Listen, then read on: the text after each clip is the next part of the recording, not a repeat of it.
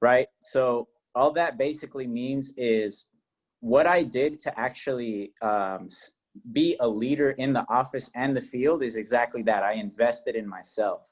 And what that looks like is reading books, you know, listening to audios, you know, anything that can make you better, essentially. And I was doing that every single day. So to the field, I was listening to some Grant Cardone.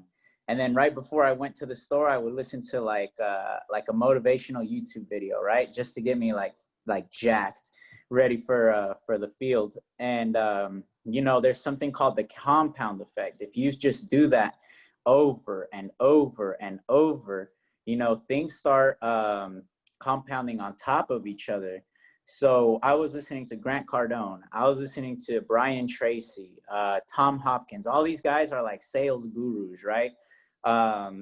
So at first, all I knew was sales. Like that's all I wanted, just like basically to be the best sales guy in the whole Alpha Elite office. And it honestly pays its dividends. You know, that one course that I paid $200 for has now turned into basically 20K almost. You know, like it pays for itself, guys. I cannot stress enough how much you actually have to invest in yourself to see those rewards later down the road. So what naturally started happening was, you know, I start thinking differently in the field. I start talking differently. I start walking differently because of all this positive information that's going inside of you, right? You just become a whole different person. And when I hit that level, you know, where I was hitting my numbers, making like $1,000, $1,500 paychecks week over week, you know, like, who was it? It was my previous leader. He basically told me like, hey, you know, making money is great and all, but you know, there's more out there. And at the time I was doing school. I was going to school at UTA, which is Arlington, literally right down the road. And I was doing Alpha Elite, right, at the same time. And I decided, you know what, I'm just going to drop school and I'm just going to pursue this thing full time, right? So once I heard him tell me like there's more out there than just sales, and it was leadership, obviously, like the more people you can impact, the better. So I was like, you know what, let me look into this leadership stuff, because once you got, you know, the sales down, once you learn that information, what I love about reading and audios is that you don't necessarily have to listen to it again because you know the info, but it's best to always listen to it again. But with that being said, you know, I decided to switch my gears and start like focusing more on leaders, to create leaders, you know. So some examples that I have, you know, like for making leaders is, you better get your pens and your papers out. Is I always see the leader as what they could be instead of what they are. Okay, so like I had one rep. His name was Xavier, still with us, great guy. He smashed it today. Before he was a leader, he had some problems with just like believing in himself, right? Getting out there and actually just closing the deal and believing in himself. And every single day I would look at him and I would have that conversation, you know, conversations, which I'll go a little bit more into detail later, but I would have a conversation with him and I'd always tell him at the very end, hey, I believe in you, buddy. You're a leader already. You just got to get out there on the field. And that goes back to just like seeing what they can be, not what they are. Something else is definitely having a system in place for training leaders, because you have to have something that's replicatable, I guess is the word, you know, something that you can replicate over and over and over again. And basically all it is, it just really comes down to getting to know you, the person that you're with, right? That's part of it. And then whenever they do something that you don't necessarily like, you actually compliment them on the good. So I'll give you an example. If today I had one of my new hire basically go out there, pitch some people, and then they would let some people walk by. And I was like, hey, good job on pitching everybody. And I did not even talk about them missing the 1 or 2 customers, right? Because what ends up happening is that they start thinking like, oh, okay, like it's good to do this. It's good to pitch all the customers. You tell them, hey, good job with that rebuttal. I really liked how you did that. You know, they start thinking like, oh, I did a really good job. One thing I really like to do is, which is true for the most part, because when I first started, I was a little shy, but I'd always be like, hey, honestly, I'm just, as you start, I was super shy, just like you know, but I promise you, once we're done at the end of this training week or in these next 4 weeks, it's all going to be like, you're going to look back at it and be like, man, this is nothing, you know, like you'll be so stoked. So really just telling them that at one point you were in their position, right? At one point, you messed up on this, you know, kind of relating to them, because you want to relate to your people. You know, everybody's human. Everybody likes to be related to. So that's another little tidbit there. Let's see here. Another thing that I like to do when we're out with leaders, with new hires, is I focus on their paychecks. Okay, so we have an install tracker for a reason. And I'm pretty sure that everybody likes to know their money, right? So what I like to do is I like to set a goal for them. So in the first week, I'll sit down with them and I'll be like, hey, so what do you want your second or third paycheck to be? And sometimes they'll tell me like a reasonable number, like 800, something like that. Or they'll say something like $1,000, right? And I'll be like, okay, that's a pretty good goal, but let's go ahead and bump it down to 750. I always feel like that's the sweet spot right there. And I just show them their install tracker each and every day once they get a sale, and how it starts stacking up over the week, right? And people start learning how to do that themselves as well. So naturally, people care about their paycheck, and if you can help them achieve whatever they want with that goal, they're definitely gonna love you, basically, right? And if you just do that week over week over week, all those little things, always complimenting them, you know, seeing them as a leader, not as what they currently are, helping them with their money, helping them with their dreams. Like I sit down with my people and I'm like, hey, help me help you. What can I help you achieve? What can I help you do?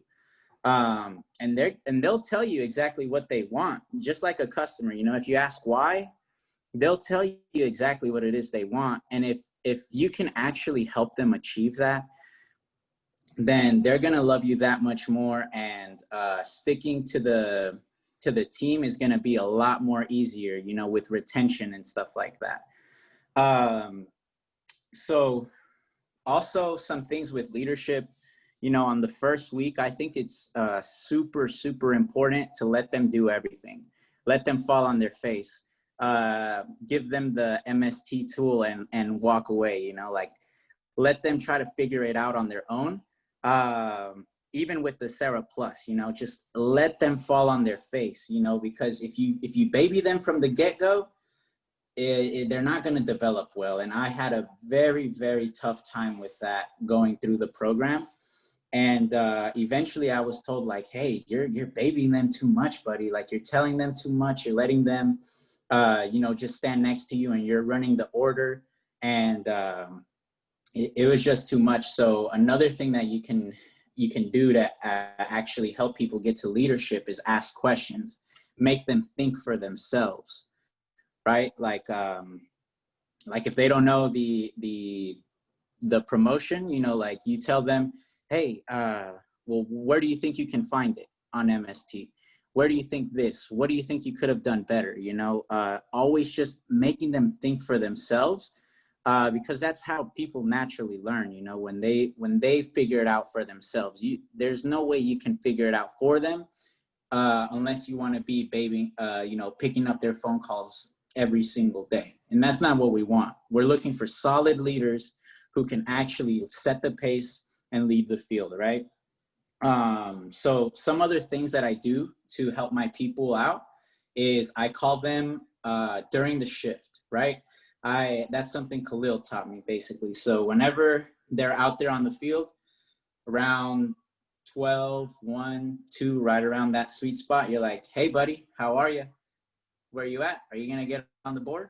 You know, and then just like, kind of just reminding them like, hey, like get your stuff together. You got to get on the board. Right. And it's so awesome to see, because when you do that little small call, it doesn't have to be long at all, 30 seconds, you know. They're like, they straighten up, and I cannot tell you how many times people have gotten sales right after that call, you know, like it boosts them right up.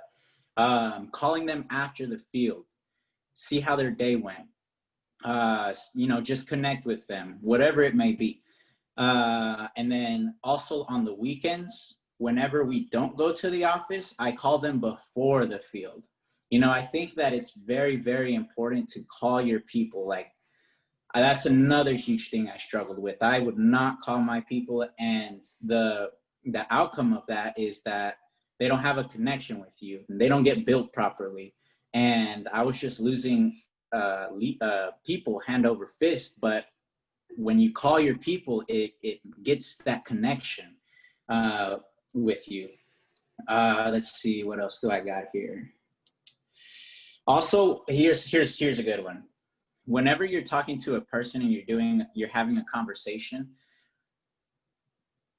knowledge is good, but it can also be a curse, right? Like you want to talk, you want to spill all the knowledge that you have, like, hey, you could have done this, you could have done that.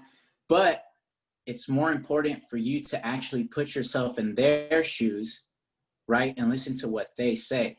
How do they feel? What was their experience? You know, ask those questions, because that's what matters.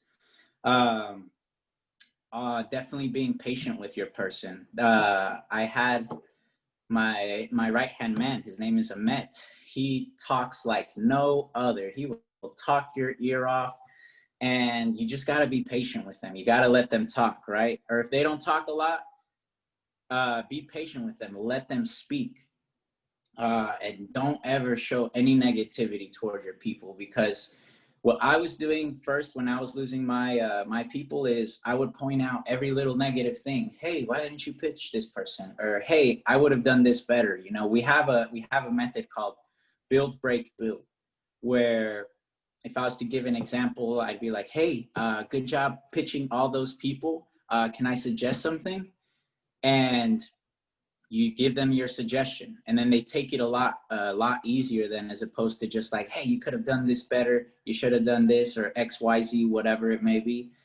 Let's see here. And then what's the last thing I'm going to focus on here?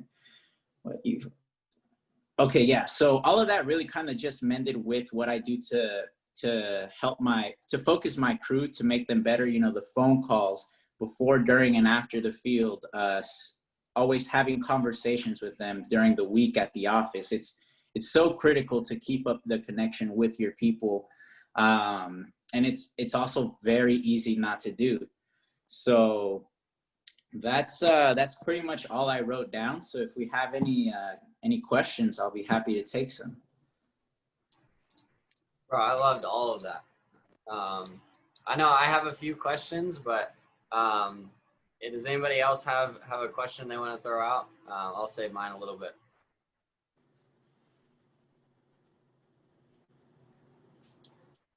Derek, I think you're on mute if you're talking, buddy. Oh, hello? There we go.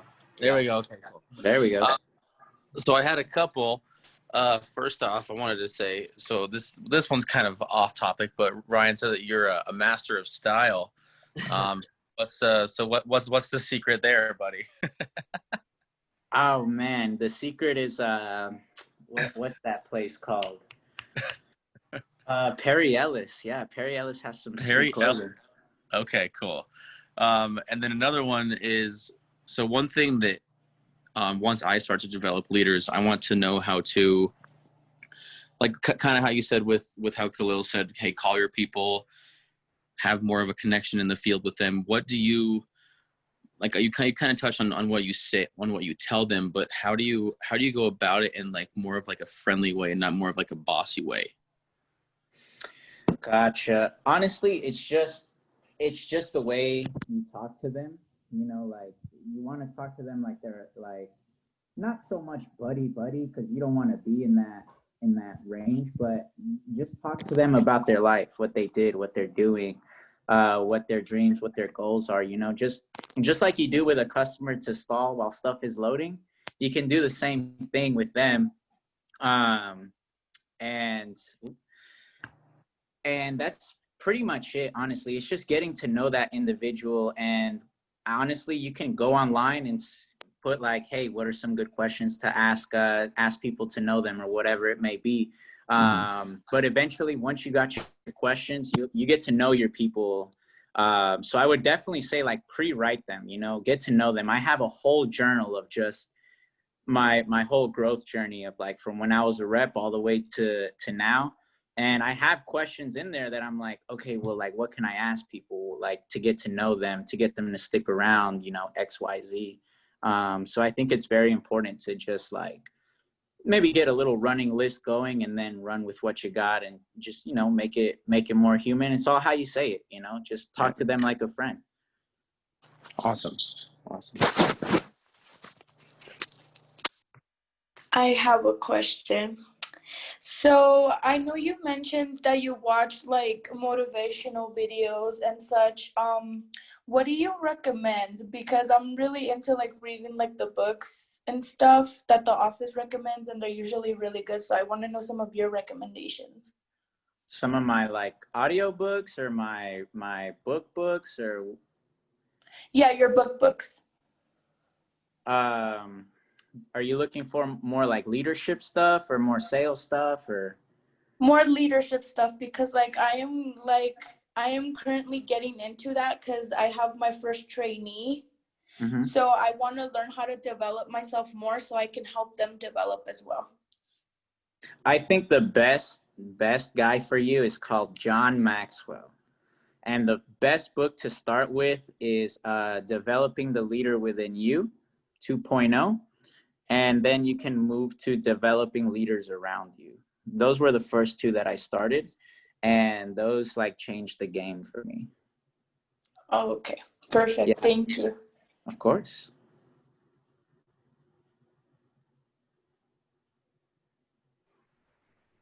All right, I'll throw one in, Allan, before other people get in. But I love that you talked about kind of in the beginning about your mindset when you're training somebody, or even as they're going through the program of kind of visualizing them as what they can be instead of where they are. Where did you kind of develop that mindset, and where do you feel like it helps your people focus on more than where they're at? Yeah, so I'll start with the first one. I found it in the John Maxwell book, Developing the Leaders Around You. And when I first read that, you know, it blew my mind because I was like, oh my gosh, I'm not looking at my people that way. I'm looking at the human in front of me.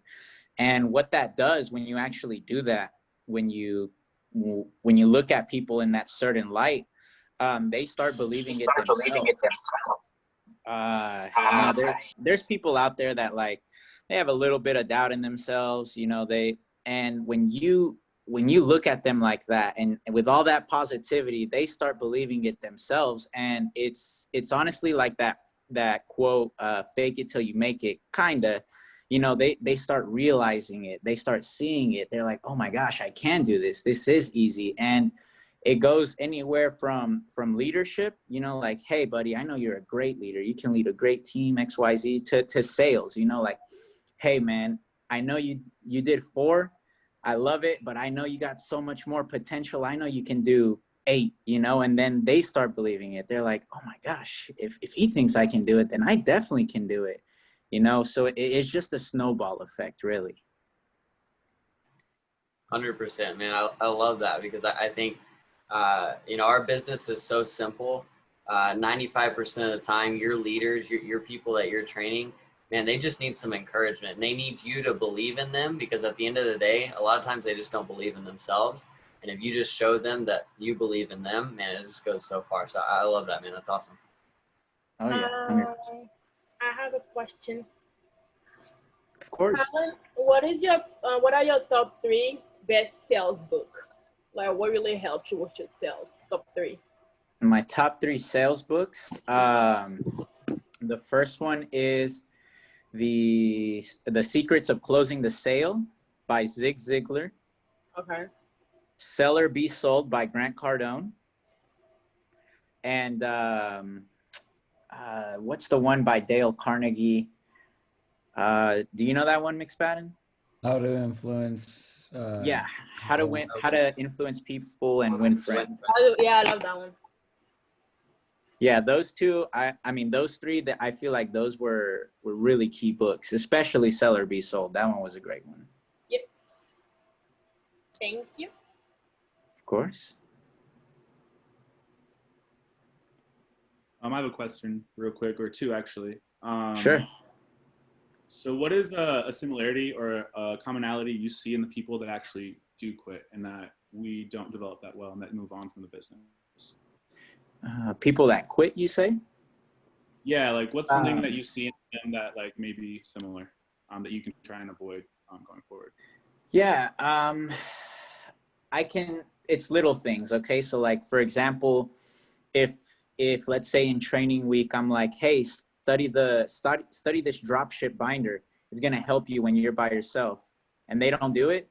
You know, like I've seen that so many times over. Like I'll tell all my people in the beginning, hey, check out this dropship binder. You're going to like it. And if they don't look at it, what that tells you is that they do not prepare, right? So if they do not prepare, it's really hard for people just to be like natural studs. Like that's just one instance, right? Like another thing that can give away a dud is really just their work ethic. Are they really trying, you know, like how are they in the moment? You know, can you feel their presence? You know, because there's people out there that they're kind of just stand there.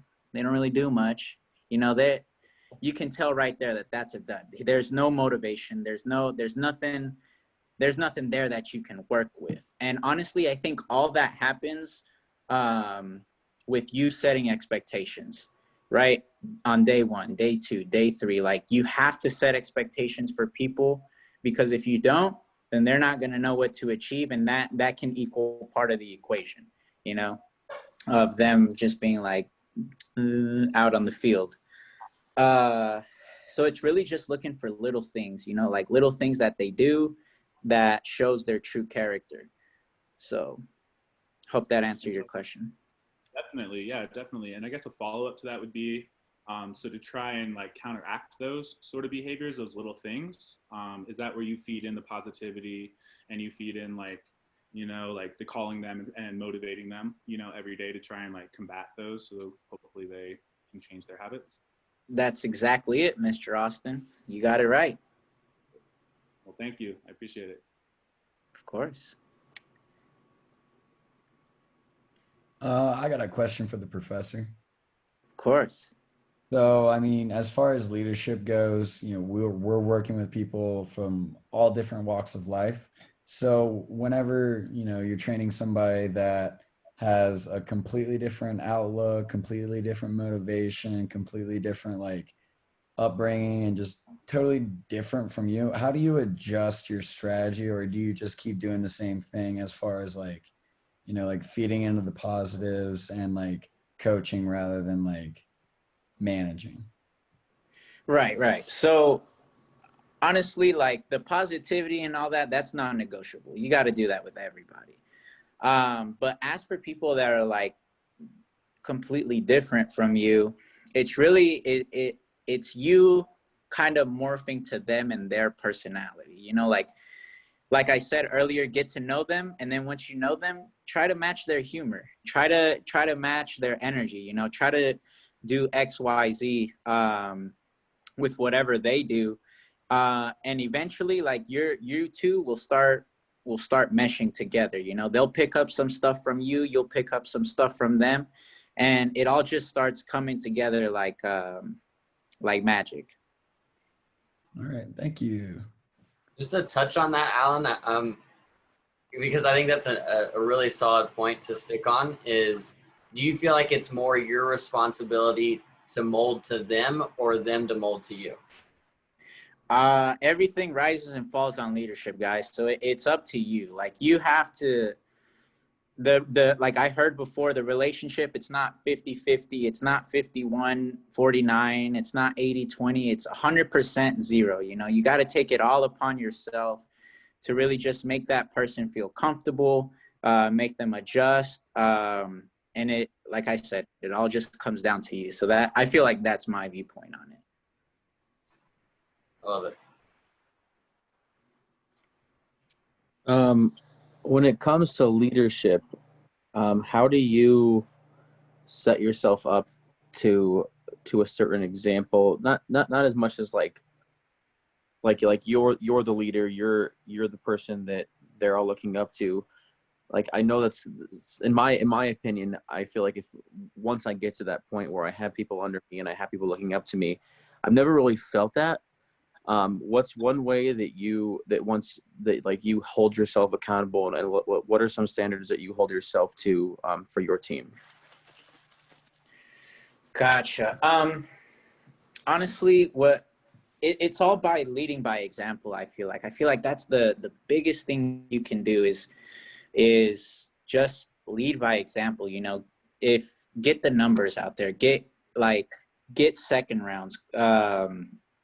You know, if you have to ask for second rounds, ask for second rounds. Do everything in front of them. You know, make them see what it actually is to be a leader, and naturally they'll follow suit. So like I said, some things that you can do to do that, it's reading the books, you know, it's listening to the audios. And I feel like a very, very cool quote that I recently heard was, you think you're grinding when you're out on the field or when you're out in public or doing XYZ, but that's not the grind. The real grind is when nobody's looking at you. The real grind is what you're doing with your spare time. You know, when you're not, when you're studying off of coach's time, you know, when you're studying on your own time, the leadership and the sales. And that right there, I think was a huge impact too. You know, like that's when you develop your leadership, when you're in the dark, when you're alone, when nobody's watching you. Thank you. Hey, Allan, I got a question. Yeah, go ahead. How you doing, buddy? Doing great. Good. So just based on you, like, one of the things that I've noticed, I've definitely seen you grow through the program since you started. I think I used to think that you were like a super quiet guy, just kind of like sitting in the, you know, on the side. You weren't really like, you know, you don't want to really talk a lot until someone talked to you, right? Then you're very outgoing in that aspect. But I saw you grow that way. But one of the things that I saw consistently, like as you were growing, whenever you first started, you started smashing it right as soon as you started. I just seen you always make over $1,000 paychecks. And what I'm getting at with that is like, what do you think allowed you to develop into a program? Because I know you had a lot of other stuff going on, school and other things, right? Yeah. At the beginning, and you were still able to bring in over $1,000 like consistently on a weekly basis. And I've been wondering, like, what do you think allowed you to stay consistent all the way through now with that? Yeah, so consistency, man, that's the subject right there. So I think what helps consistency is being consistent. So what that looks like is, you know, always reading. You know, set aside 15 minutes to read before bed or when you wake up. Hold yourself. We can't hear you. Your speakers are covered. Your mic's covered. Oh, can you hear me? Yeah, not yet. Oh, okay, cool. Where was I? Oh yeah, consistency. Okay, so being consistent really just comes down to being consistent. You know, when you say you're gonna read a book, set a time for that time, 15 minutes, you know, before or after you go to sleep, you know. another way is always waking up on time. When you say you're gonna wake up, wake up. Like if I set my alarm for 6 in the morning, that's when I'm gonna wake up, right? So because when your life becomes consistent and you do everything like the same every single day, your results, they're only going to get better, you know, because you're not thinking about those things. I remember when I was going through the program in the first half, when I was really just busy being a sales rep, I was waking up at 5 a.m. every single day. I was reading 30 minutes of a book. I was eating healthy. I was, practicing in the morning because I was doing music at the time. And it's really just knowing when you're going to do something, how you're going to do something, and just being consistent with that. And something else that helps is also your why. You know, like, why are you doing this? Why are you actually out on the field? And for me, it's like, I want to change my family tree forever. Like, I want to be the one that they're like, whoa, Allan was that guy. Like, he was that guy that changed the game. And that's like, having your why and just being consistent every single day will do wonders for you. So that's pretty much what I was just doing for week over week and month over month, just doing the same thing every single day, and committing to yourself that you're actually going to do what you say you're going to do, because that builds, just like you go to the gym and build muscle, that builds character, that builds backbone. And it all, like I said earlier, it all compounds over time and eventually whole different person. So that's pretty much what worked for me as I was being consistent and going through the program.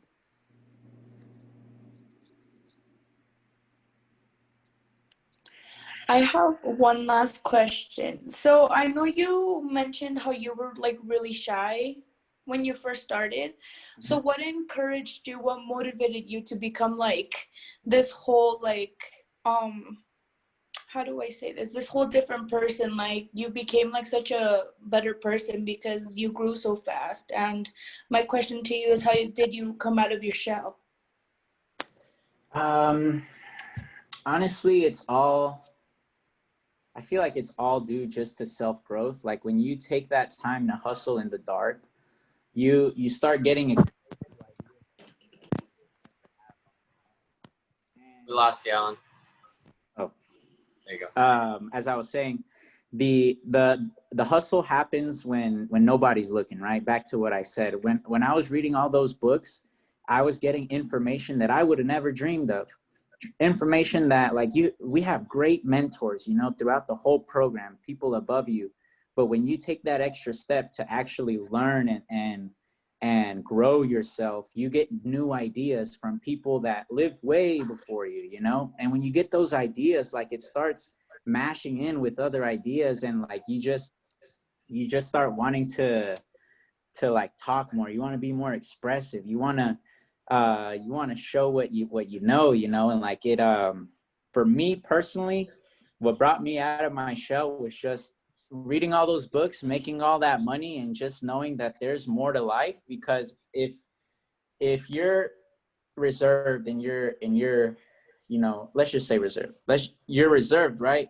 What's the difference between you living a full fledged life and you being dead? If you're so reserved that you never live, then what's the point, So eventually, like, I was just like, you know what, it's time to just grow up, do my thing, and just like get social with these people. So that's really what worked for me.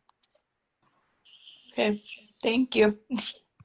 Man, I love that, and I can relate so well with a lot of people. You guys know me really well, and I'm similar to Allan, where I was very reserved, and I think maybe we'll relate on this, Allan, but we just didn't feel like, you're only speaking if you felt like you could contribute to a conversation, right? And a lot of times you just don't feel like you contribute. But when that self-growth starts to kick in, man, you're like, man, I can impact people with what I've been reading and what I've been listening to and what I've been soaking in. And it just makes you want to, why would you ever hold back that information if that can impact somebody's life in a positive way? And it's been really cool to see Allan develop that because I saw that myself early on. So really cool. But we have time for one or two more if anybody else has questions. I got one. Got it. Go ahead. Awesome. Hi, Allan. How are you? What's up, Olivia? We miss you, man. Thank you. Thank you. I'm really glad that you're on this call, man. I'm really glad that everyone in the office gets to meet you. You're such a great person. So that's really nice. So I wanted you to touch a little bit on, from everything that you've been saying, it seems like you're a person that took initiative to start working on himself, start improving, start making money, start saving money, start developing leaders. So I want you to touch a little bit about how important it is to take initiative and how it contributed to your growth.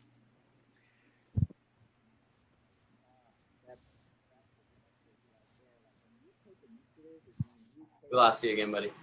Oh, when you take initiative is when you get control of your life, right? What really helped me take control was really just knowing that no one's gonna come and help you out. You know, no one's gonna come and give you an opportunity. No one's gonna come up and give you these sales, give you this money. And when I realized that, I was like, you know what? You gotta hold yourself accountable. Like, you only have one life, literally YOLO. And it's like a video game, right? If you don't invest that time in yourself, you're losing the video game. And I was like, no, forget that. I am not losing no video game. I'm not losing at real life. I want to succeed all the way, 100%. And when you make that decision, literally everything changes. You start, like I said, walking, talking, being a different person. You start looking at things differently.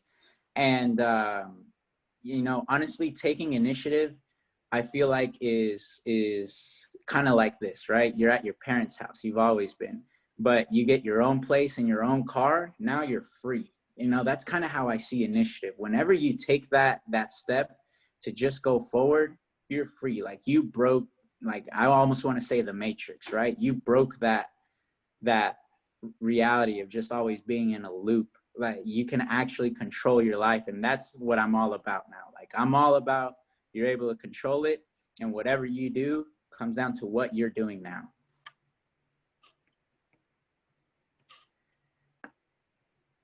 So yeah, what I got for you. Thank you.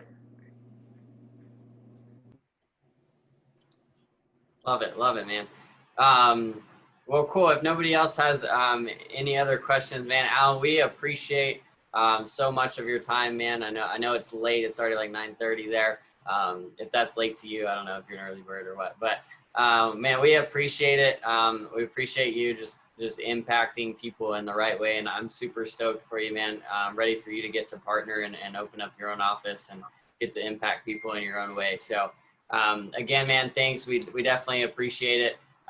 Taking the time, and man, just keep killing it. Keep doing what you're doing. Ready to see you at the next level, man. So we appreciate it. But other than that, guys, that's kind of it. I really loved what Allan talked about, and it was kind of something I was thinking about earlier of just, hey man, what kind of habits and what kind of things are you putting in place? It's kind of, you know, it's kind of if any of you have heard the bamboo impact, right? A bamboo tree, it basically, when it's planted, when it starts growing, right? Year 2, year 3, year 4, there's almost no results from that tree. It's grown very, very little. Okay, year 4, year 5, it grows like 80 feet within the span of like 6 weeks. Okay, so those first 3-4 years, there's nothing to show for it. But if you look at the roots, there's tons and tons of roots that are built in those first 1, 2, 3, 4 years, right? That's the same thing that Allan was kind of touching on is, hey, look, what habits and how am I training my brain, and what mentality am I actually implementing into my life to where, yes, I understand maybe a week or 2 weeks or, you know, 3 months, 4 months, 5 months, I might not see immediate drastic results, but I know that compound effect that he was talking about, if I just really, truly believe in that, if I truly believe, hey, I'm going to put the right things into place, and I'm going to give it enough time to really sprout that 60 feet that bamboo tree does in 60 days, where people do is in that first 3-4 years, they give up because they don't see that growth of all that hard work that they're putting in. So it's really cool to hear him talk about some of those things, and definitely really appreciate it. But hopefully you guys took some notes. Hopefully you guys got something from it. I know I took a ton of notes, and man, you inspired me. So really cool. We appreciate your time again. But that's kind of it, guys. If you guys want to, Allan, if you'll throw out your number real quick, man, just so people can say thank you. Yeah. You know, throw out your number. Thank you. Yeah. Shorty, let me get your number. Thank you, Allan. It's good to see you again. Thank you, Mr. Boggs. Thank you so much for having me on the call. I hope you guys got something from it, and you know, tomorrow's a new day. Definitely make it yours. For sure, buddy. Thank you, Allan. Guys. Thank you, Allan. so much. Thank you, Allan. Great information. You're the GOAT, bro. You remain the GOAT. Thank you. Bye, guys. Have a good night. Have a good night, guys. Bye. Bye, guys.